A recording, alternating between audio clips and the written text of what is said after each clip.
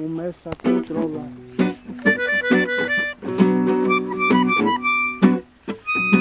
E a natureza chama, e o rasante que é totalmente natural. Não posso respirar, essa sociedade já quer me controlar. Então não posso falar de arte. Do que é que eu vou falar?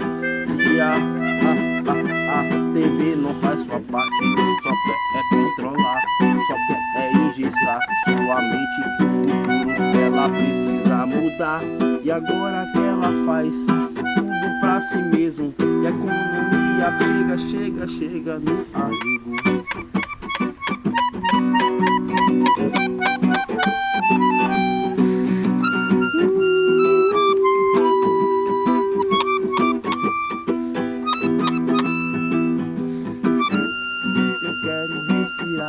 Tá bom, eu vou fumar.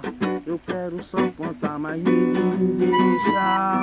Só querem me vender um barro preto horrível, parecendo cocô de bode.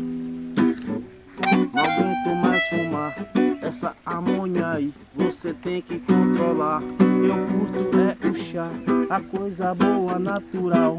Pois quem disse que eu quero prensada não sabe que eu passo mal.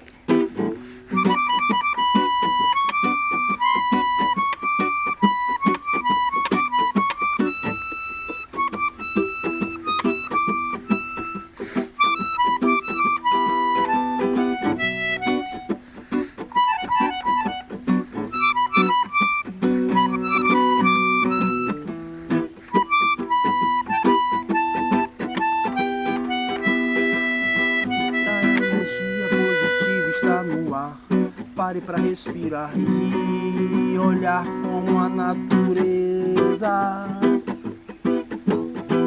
está aqui e é perfeita, está perfeita condições. Você também é natural, não se sintetize, não se colonize.